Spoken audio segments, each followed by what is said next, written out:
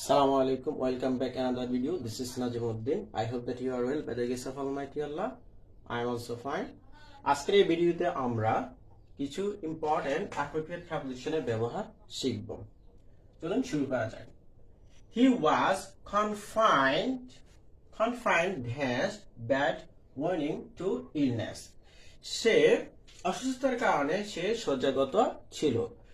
আচ্ছা, যদি কনফাইন্ড দ্বারা শয্যাগত বোঝায় তাহলে কনফাইন্ড এর পরে প্রিপোজিশন অবশ্যই টু ইউজ করতে হবে। কি হবে? কনফাইন্ড টু, শয্যাগত। এটা কি হবে? শয্যাগত।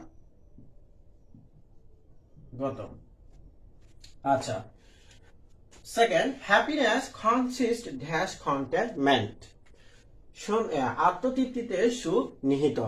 আচ্ছা, কনসিস্ট দ্বারা কোনো কিছু নিহিত বোঝালে কনসিস্টের পরে প্রিপোজিশন ইন ইউজ করতে হবে। তাহলে কনসিস্টিন অর্থ কি? কনসিস্টিন অর্থ কি? নিহিত। কনসিস্টিন অর্থ নিহিত। আচ্ছা, third, our family consist dash 5 members. আমাদের পরিবার 5 সদস্য নিয়ে গঠিত। কনসিস্ট দ্বারা যদি গঠিত বোঝায় কনসিস্টের পরে প্রিপোজিশন অফ ব্যবহৃত হবে। তাহলে কনসিস্ট অর্থ কি? কনসিস্ট অর্থ গঠিত। আচ্ছা, Number 4, Ronnie has been cured dash her diseases.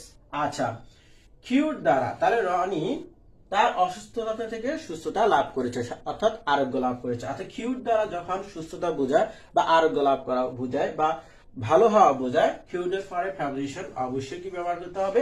Of use করতে হবে। তাহলে cured এর মতো কি? আরোগ্য লাভ করা। আরোগ্য লাভ করা। আচ্ছা, তারপরে there is no cure dash AIDS.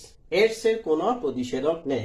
cure দ্বারা কোনো প্রতিষেধক বা প্রতিকার বোঝালে তাহলে cure এর পরে প্রিপোজিশন অবশ্যই কি ব্যবহার করতে হবে?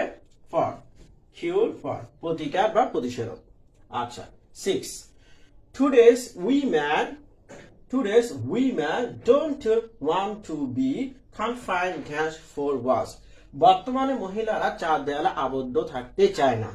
আচ্ছা, আবদ্ধ বোঝালে কনফাইন্ড দ্বারা যখন আবদ্ধ বোঝায় তখন কনফাইন্ড এর পরে প্রিপোজিশন ইন ব্যবহৃত হয়। তাহলে কনফাইন্ড অর্থ ইন অর্থ আবদ্ধ, কনফাইন্ড টু অর্থ শয্যাগত আর কনফাইন্ড ইন অর্থ আবদ্ধ। আচ্ছা।